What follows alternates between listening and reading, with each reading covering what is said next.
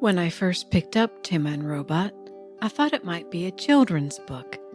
The title is so simple, and the cover, featuring a robot made of basic shapes and a young man in a white lab coat gazing up at the night sky, has a whimsical feel. But once you start reading, you realize that Saro Varjabedian isn't telling a children's story at all. What he's created is something far more reflective, a thoughtful, often funny, and surprisingly deep look at what it means to be alive.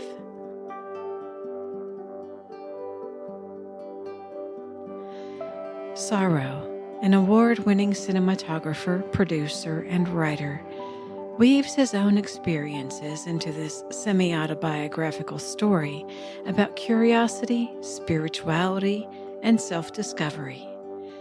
His own life has had its fair share of ups and downs, and that authenticity shines through on every page.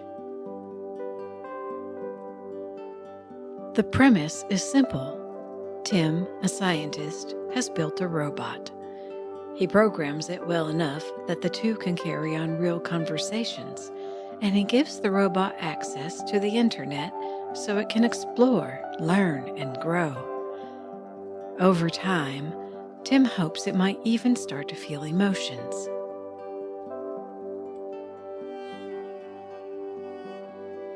From there, the story unfolds through a series of conversations between Tim and the robot. They talk about everything, what feelings are and where they come from, why humans behave the way they do, the existence of God, and even whether religion still has a place in today's world. One of my favorite quotes comes from their discussion on religion. So just maybe, if we took all the parts that are supported by our current knowledge and understanding of ourselves and the universe, from all the religions and the philosophies our ancestors passed down to us, we'd come closer to a more complete understanding and a better way of being. That line encapsulates my own views on spirituality. It's not about preaching or choosing sides.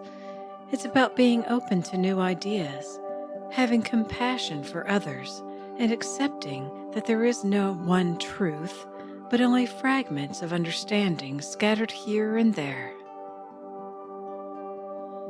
What I love most about these exchanges is that Tim never pretends to have all the answers.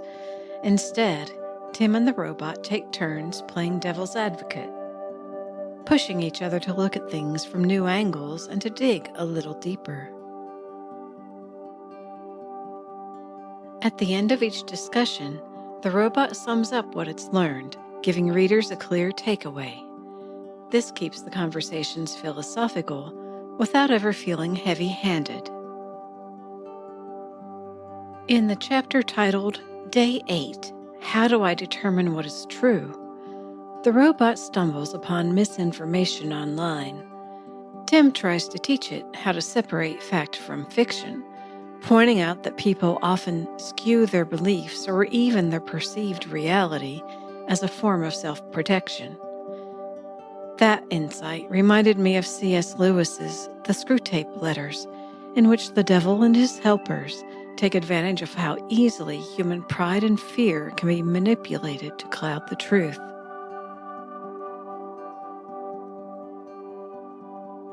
Later in the book, Tim talks about meditation and how it can help break the endless loop of thoughts and emotions feeding off one another. By pausing, he explains, you create space for reason to replace reactivity. When the robot asks for an example, Tim shares a personal story about how meditation helped him as he dealt with a difficult health issue. I loved that moment. It's a perfect example of how this book doesn't just talk about big ideas, it shows them. Saro fills each chapter with stories that make the lessons feel practical and relatable, like something you could actually use in your own life. As the robot learns more about humans, our emotions, societies, and beliefs, the reader learns right along with it. The questions get bigger. What is the soul? Can humans evolve beyond conflict and fear? What's the best way to live a good life? By the end, Tim and the robot are reflecting on what we should do with the time we're given. There are no tidy answers, but there's plenty to think about. Tim simply suggests that we try to do more good than harm.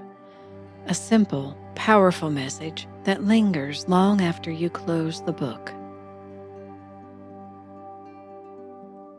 Though Tim and Robot may at first glance seem like a simple story, it's actually a deep meditation on the meaning of existence. With humor, humility, and grace, Saro Varjabedian invites us to slow down, ask better questions, and look inward. I'm genuinely grateful that Saro shared this book with me. If you're someone who enjoys reflecting on life's deeper questions, or if you just love a good conversation between science and soul, this book deserves a spot on your shelf. Thanks for listening. Until next time, may you find the peace you are seeking.